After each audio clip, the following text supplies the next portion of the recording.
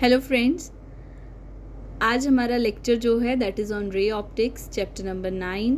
हम कर रहे हैं इम्पॉर्टेंट डेरिवेशन बोर्ड एग्ज़ाम 2024 के लिए, जिसमें डेरिवेशन आज हम थर्ड टाइप की करेंगे। This video is for the type third derivations. ये बहुत मोस्ट इम्पॉर्टेंट डेरिवेशन है। अगर कोई स्टूडेंट लास्ट मोमेंट पे कुछ रिवाइज करना चाहता है बोर्ड एग्ज़ाम में जाने से पहले, तो वो इस डेरिवेशन को ज़रूर रिवाइज करके जाएगा। तो ये 2 टाइप से क्वेश्चन पूछा जाता है, मैंने दोनों टाइप लिख दी हैं। अगर ये क्वेश्चन 5 मार्क में आ रहा है, ये 5 मार्क का क्वेश्चन भी है, तो इसके साथ एक न्यूमेरिकल अटैच कर देते हैं वो। अदरवाइज़ अगर 3 मार्क्स में ये क्वेश्चन आ रहा है तो वो सिंपल डेरिवेशन पूछी जाएगी। बट 100% आपको ये डेरिवेशन या इससे न्यूमेरिकल इस बार 2024 के एग्ज़ाम में ज़रूर मिलने वाला है। तो इस वीडियो को जो है बहुत ही ध्यान से देखिए आप। अगर आप एक क्वेश्चन कर पाते हैं तो टाइप 3 के सभी डेरिवेशंस जो है वो आप खुद से कर पाएंगे।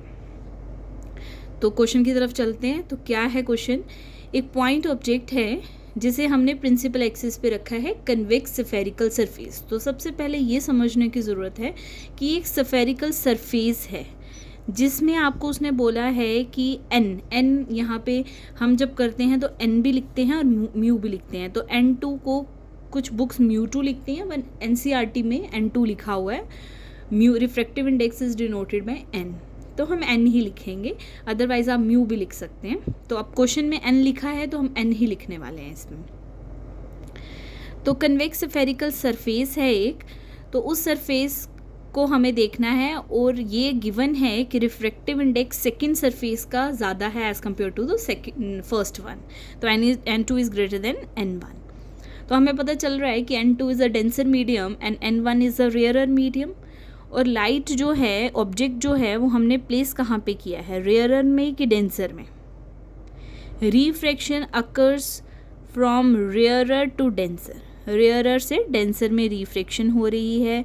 और हमें इस फॉर्मूले से भी पता चलना चाहिए कि ये आंसर किसका है जब हम रेयरर से डेंसर में जाते हैं। तो तब हमारे पास यही एक्सप्रेशन लास्ट में आता है। तो इस फर्स्ट वाले पार्ट में भी लिखा है फ्रॉम रेयरर टू डेंसर, तो आपने ये पॉइंट्स पढ़ने हैं। अब देखिए, जब भी मैं स्टूडेंट्स को पूछती हूँ कि आपकी क्या प्रॉब्लम्स है, आपको क्यों क्वेश्चन जो हैं वो बोर्ड में नहीं पता चल रहे हैं या टेस्ट में नहीं पता चलते हैं कि किस तरीके से क्या पूछा गया है, तो स्टूडेंट मोस्टली ये बोलते हैं कि मैम क्वेश्चन रीड करते हुए ही हमें ये पता ही नहीं चलता कि ये पूछना क्या चाहता है। तो फिज़िक्स में मोस्टली स्टूडेंट्स को ये प्रॉब्लम आती है कि उन्हें पता ही नहीं चलता है क्वेश्चन देख के कि क्या पूछना चाहता है। क्यों? क्योंकि वो लाइन बाय लाइन को क्वेश्चन को समझ हिंदी में ट्रांसलेट करना स्टार्ट कर देते हैं। तो आपको कुछ मेन पॉइंट्स देखने हैं। अगर आपको क्वेश्चन नहीं समझ आ रहा है, मेन पॉइंट्स क्या हैं, अगर यही क्वेश्चन बोर्ड में आया होता तो आपको किस तरीके से पढ़ना है कि ऑब्जेक्ट प्रिंसिपल एक्सिस पे है, ये माइंड में रखिए। कन्वेक्स स्फेरिकल सरफेस लेनी है जिसमें म्यू2 ग्रेटर देन है म्यू1, इसका मतलब डेंसर में लाइट डेंसर है और म्यू1 is the N1 is the rarer medium. और लाइट जो है वो कहाँ से कहाँ जा रही है, रेयरर से डेंसर, इसका मतलब रेयरर से डेंसर में भेजनी है। और म्यू2 इज़ ग्रेटर देन म्यू1, और ऑब्वियसली इसका मतलब ये डेंसर का रिफ्रैक्टिव इंडेक्स है। तो ऑब्जेक्ट रेयरर से डेंसर में अगर लाइट जा रही है तो ऑब्जेक्ट रेयरर मीडियम में है। ये बात हमें यहीं से क्लियर होगी कि वो पूछना क्या चाह रहा है। और अगर क्वेश्चन इस तरह से आ जाता है तो ये फॉर्मूला देख के ही हमें पता होना चाहिए कि ये आंसर किसका है। This one is when the object in rarer medium and lens is your, कौन सा लेंस है, कन्वेक्स स्फेरिकल सरफेस है। तो तब ये आंसर आ रहा है, चाहे वो कन्वेक्स हो चाहे वो आपका कनकेव हो, आंसर यही आएगा when the light goes from rarer to denser. अब हम इसी को देखते हैं कि हमें इसकी डेरिवेशन कैसे करनी है। तो सबसे पहले आपको रे डायग्राम आनी चाहिए। तो इस क्वेश्चन में मेन रे डायग्राम है, अगर आपको वो अच्छे से समझ आती है तो आपको ये क्वेश्चन ज़रूर समझ आएगा।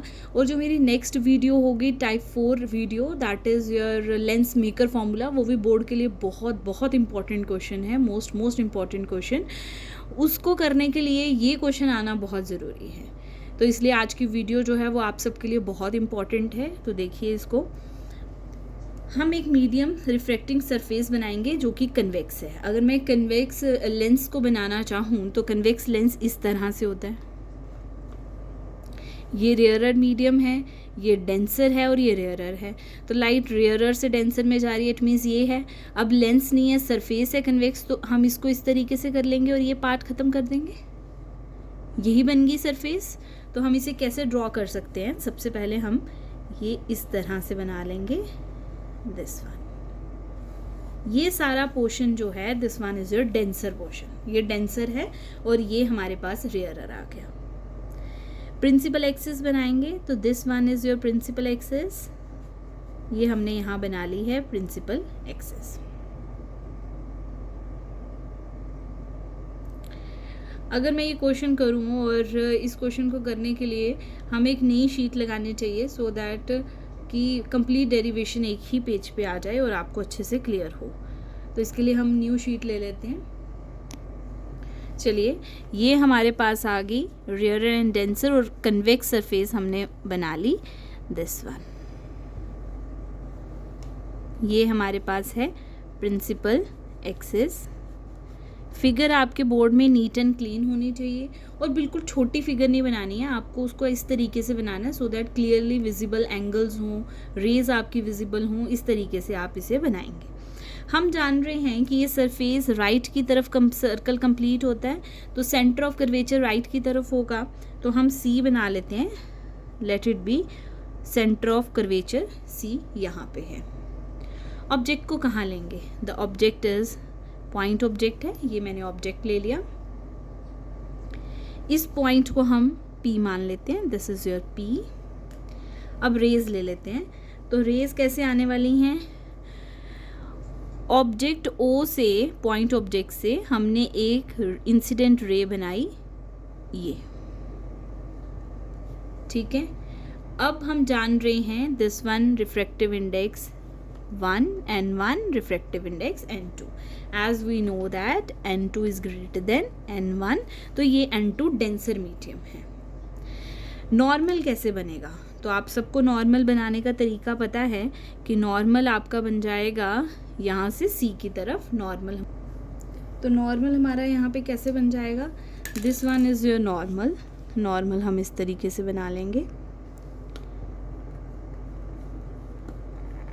ये हमारे पास नॉर्मल आ गया। When light goes from rarer to denser, it will bend towards the normal। तो अब ये लाइट जो है ये स्ट्रेट नहीं जा सकती, यहाँ से इसे बेंड करना पड़ेगा towards the normal. It means ये नीचे की तरफ आएगी, सी की तरफ आएगी, प्रिंसिपल एक्सिस की तरफ आएगी। अगर ये प्रिंसिपल एक्सिस की तरफ आएगी तो हम इसको ऐसे बना सकते हैं कि ये प्रिंसिपल एक्सिस के पास आकर यहाँ पे मीट कर गई, ठीक है। रियल इमेज बन रही है तो हम इसे डॉटेड में नहीं बनाएंगे।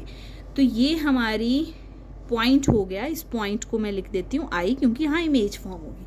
बट इमेज के लिए हमें कम से कम 2 लाइंस चाहिए होती हैं। तो हम जानते हैं ऑप्टिकल, ये ओ जो है दैट इज़ एन ऑब्जेक्ट का ओ है, ऑप्टिकल सेंटर नहीं है। ऑब्जेक्ट के ओ से एक रे जो स्ट्रेट ऐसे जाएगी, ये सी पे जा रही है और मिरर को टच कर रही है सी से। इट मीन्स ये नॉर्मल होगी, तो लाइट यहाँ से स्ट्रेट जा सकती है। अगर लाइट यहाँ से स्ट्रेट जा सकती है तो हम इसे कैसे बनाएंगे? हम यहाँ से एक रे लेंगे जो स्ट्रेट यहाँ से ऐसे चली जाएगी। तो यहाँ पे 2 रेज मीट कर रही हैं, बहुत ज़्यादा मीट कर रही होंगी बट हम 2 ही बनाएंगे सो दैट हमारी पिक्चर जो है वो क्लियर हो। तो यहाँ पे इमेज फॉर्म होगी, दैट इज़ आई। किसी को डाउट है तो पूछो यहाँ तक। अब हम पॉइंट मान लेते हैं, this one is your N. इस एन से एक परपेंडिकुलर लेते हैं ऑन प्रिंसिपल एक्सिस। वो परपेंडिकुलर जहाँ मीट करेगा उस पॉइंट का नाम हम रख लेते हैं M.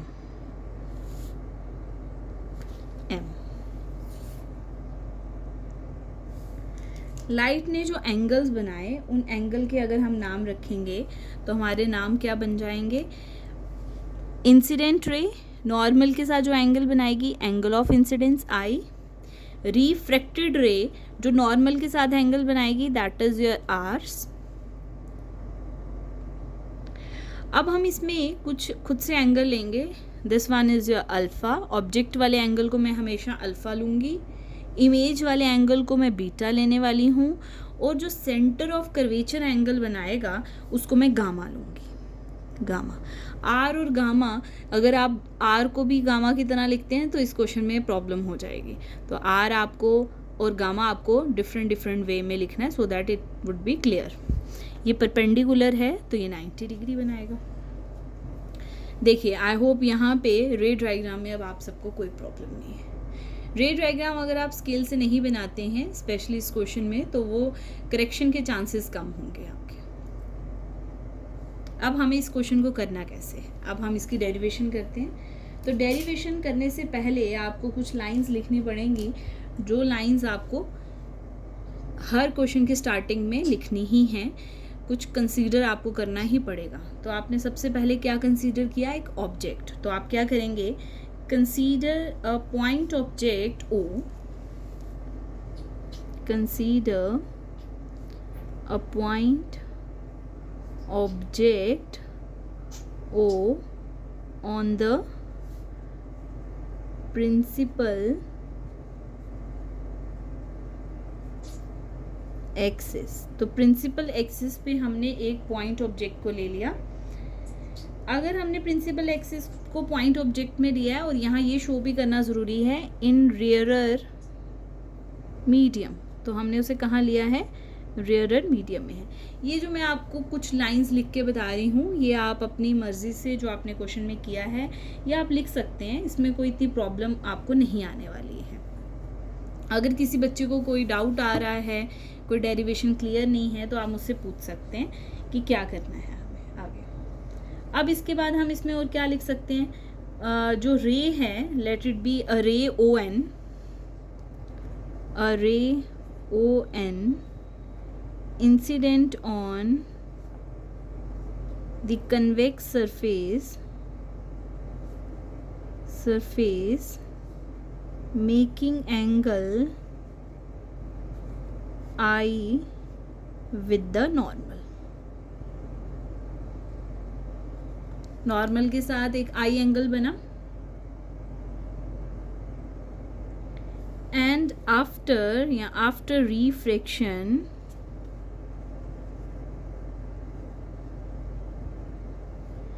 it bends towards normal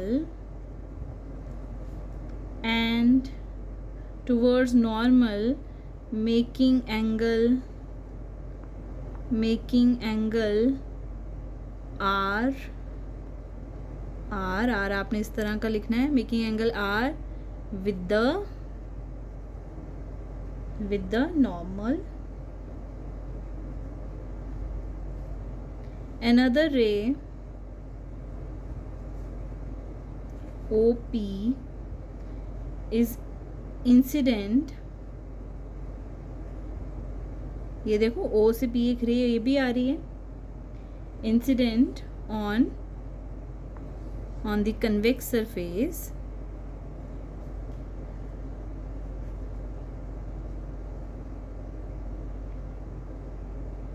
the two refracted rays, एक आपकी N से I तक और एक आपकी P से I तक, to refracted surface rays meet at point I, ये I पॉइंट पे मिली। सो हम लिख सकते हैं I is the real image है आपकी, किसकी, real image of point object O, ये हमें लिखना है। आप चाहें तो इन लाइंस को थोड़ा रिड्यूस कर सकते हैं अपनी लैंग्वेज से, बट आपको इसमें लाइंस लिखनी है क्योंकि ये क्वेश्चन आपका बोर्ड में आने ही वाला है, आप सीधा डेरिवेशन नहीं स्टार्ट कर सकते। फिर आपने क्या किया, draw MN perpendicular on principal axis. Principal axis पे हमने एक परपेंडिकुलर ले लिया। नाउ हम क्वेश्चन पे अब चलते हैं कि डेरिवेशन कैसे है। तो डेरिवेशन देखिए, सबसे पहले हम देखेंगे और अल्फ़ा बीटा एंगल्स भी लिए, late alpha beta and gamma be the angles. और ये एंगल्स हैं जो कि फिगर में दिख रहे हैं। नाउ इन ट्राइंगल, सबसे पहले आप कौन सी ट्राइंगल लेंगे, ये इस क्वेश्चन में रे डायग्राम्स एंड ट्राइंगल्स आपको याद होनी चाहिए, क्योंकि बोर्ड में इतना टाइम नहीं होता है कि आप वो ट्राइंगल सोचें। तो ट्राइंगल्स सबसे पहले अब याद रखने का क्या तरीका है कि परपेंडिकुलर से ट्राइंगल लेनी है, एक बार ऑब्जेक्ट को बीच में रखना है, एक बार सी को बीच में रखना है। इन ट्राइंगल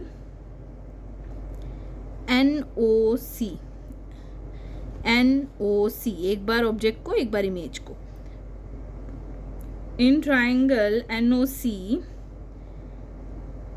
हमारे पास एक्सटीरियर NOC एक्सटीरियर एंगल है I और इंटीरियर एंगल है अल्फा और गामा। तो हम बोल सकते हैं exterior angle I is equal to alpha plus gamma. This is your equation number 1। Next triangle हो, इन ट्राइंगल NO की जगह क्या होगा IC, NIC, ये ट्राइंगल बन रही है आपकी NIC। एक्सटीरियर एंगल है गामा और इंटीरियर R और बीटा, तो हम लिखेंगे gamma is equals to R plus beta. हमें R चाहिए तो R is equals to gamma minus beta. यहाँ तक कोई प्रॉब्लम नहीं होनी चाहिए आपको। R is equals to gamma minus beta. हम लिखेंगे since angles I, R, alpha, beta, gamma are small angles, क्योंकि पॉइंट ऑब्जेक्ट है तो ये सारे के सारे स्मॉल एंगल्स हैं। तो हम बोल सकते हैं कि अल्फा एंगल जो है वो tan अल्फा के बराबर होगा, स्मॉल एंगल। ट्राइंगल कौन सी कंसीडर कर रही हूँ मैं, इन ट्राइंगल। अब हमें कोई भी अल्फा बीटा गामा निकालना है तो ट्राइंगल अल्फा जो है ऑब्जेक्ट के साथ एंगल है तो NM से ही लेना है, इस परपेंडिकुलर से ही लेना है। तो मैं कौन सी ट्राइंगल कंसीडर कर रही हूँ, NOM या NMO ट्राइंगल मैंने कंसीडर की है। तो tan अल्फा हमारा इक्वल होगा किसके, अल्फा। ट्राइंगल है MNO, ये ट्राइंगल है, तो अल्फा हमारा किसके इक्वल आ जाएगा ना। यहीं से ट्राइंगल हम अल्फा ले रहे थे, तो triangle alpha is your tan alpha which is equal to हमारे पास क्या आ जाएगा, दैट इज परपेंडिकुलर अपॉन बच्चे बोलिए, परपेंडिकुलर अपॉन बेस। तो परपेंडिकुलर क्या है, दैट इज MN या NM डिवाइडेड बाय हमारे पास क्या आ जाएगा, बेस इज योर OM। तो हर एक डिस्टेंस MO लिखेंगे which is equal to, M और P के बीच में बहुत कम डिस्टेंस है, तो MO is approximately equal to PO। तो हम इसी को लिख सकते हैं कि alpha is equals to NM upon PO, NM upon PO। I hope आपको ये बात क्लियर हो गई है। तो alpha is equals to this. Now next triangle consider करेंगे हम। अब हमें बीटा लेना है, तो बीटा के लिए हमें ये बीटा आ गया, तो ट्राइंगल होगी NMI। तो इन ट्राइंगल NMI हमारी ट्राइंगल होगी और हम बीटा लेंगे, तो बीटा इज इक्वल टू हमारे पास आ जाएगा approximately tan beta which is equal to MN upon base, हमारे पास MI आ जाएगा, MI which is equal to MN upon या NM अपॉन MI हमारे पास क्या है, PI, approximately that is PI। तो बीटा हमारे पास बन गया NM अपॉन PI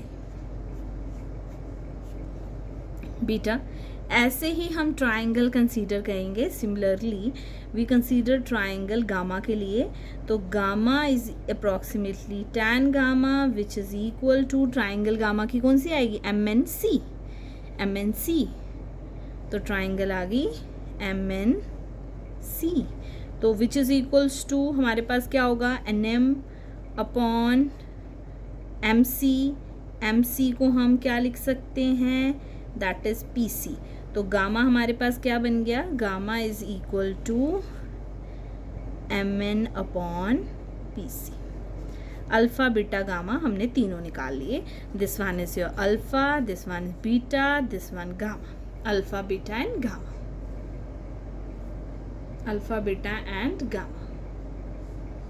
अब हम क्वेश्चन को आगे कैसे बढ़ाएंगे. नाउ फ्रॉम स्नेल्स लॉ हम जानते हैं, स्नेल्स लॉ से, स्नेल्स लॉ क्या कहता है. From Snell's law, law 1 mu 2 means हम 1 से 2 में जा रहे हैं, रेयरर से डेंसर मीडियम में. तो 1 mu 2 is equals to sine I upon sine R, which is equal to mu 2 upon mu 1. 1 mu 2 is your mu 2 upon mu 1 and 2 mu 1 is your mu 1 upon mu 2. तो हम rarer से denser में जा रहे हैं तो mu 2 upon mu 1 आएगा. तो this one is your mu 1 sin I which is equals to mu 2 sin R. R और इसका ध्यान रखना है, this one is your R क्योंकि गामा भी है हमारे पास इस क्वेश्चन में. तो this one is your R. Refraction, angle of refraction. Since angles are very small तो साइन आई को हम आई लिख सकते हैं. तो म्यू 1 आई म्यू 2 आर, ये हमारे पास आ गया. अब आई किसके इक्वल है. From equation first and second, तो फ्रॉम फर्स्ट एंड सेकेंड हमारे पास आई इक्वल है अल्फ़ा प्लस गामा के. I is equals to alpha plus gamma. तो मैं क्या लिखूंगी, म्यू 1 आई की जगह alpha plus gamma, mu 2 r की जगह आएगा gamma minus beta. From equation first and second हमने इसमें यूज़ की.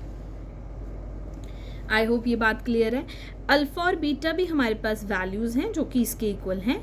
तो अल्फ़ा हमारा इक्वल है N M upon P O के इक्वल है. गामा हमारे पास इक्वल है M N upon P C के इक्वल है.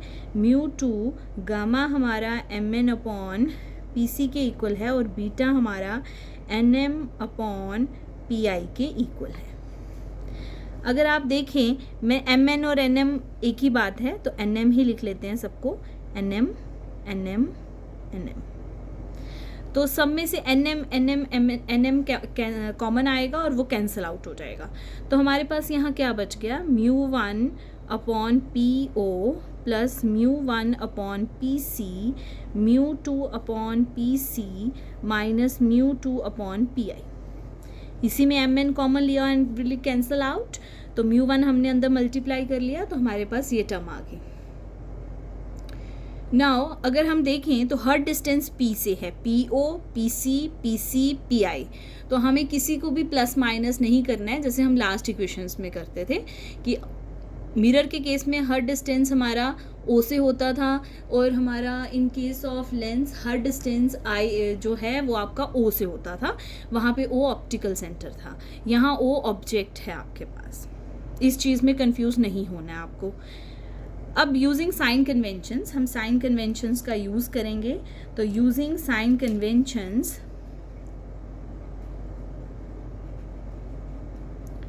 तो अगर आप देखेंगे O से P का distance object distance which is denoted by U, P से C का distance that is radius of curvature R, P से I का distance that is image distance V.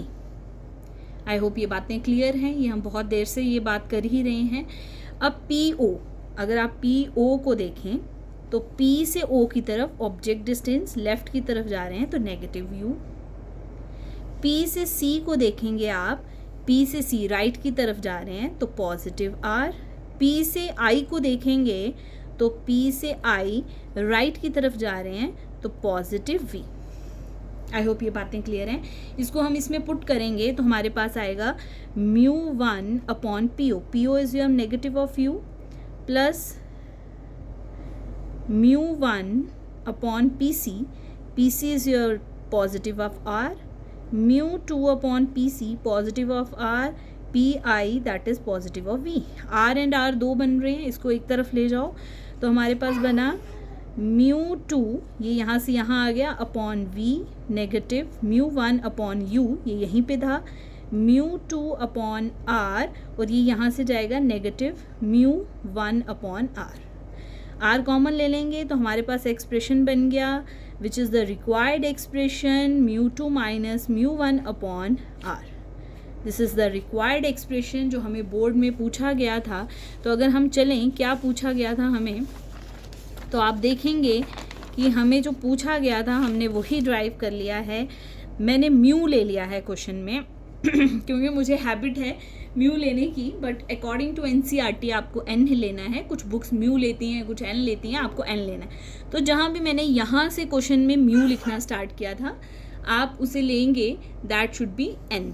तो मैंने यहाँ से स्टार्ट किया था म्यू लेना, तो आप म्यू की जगह एन लिखेंगे जैसा कि क्वेश्चन में पूछा गया था एन। बाकी आपने डेरिवेशन कंप्लीट सेम करनी है। तो अगर कोई बच्चा म्यू ही ले लेता है तो कोई इतनी बड़ी बात नहीं है।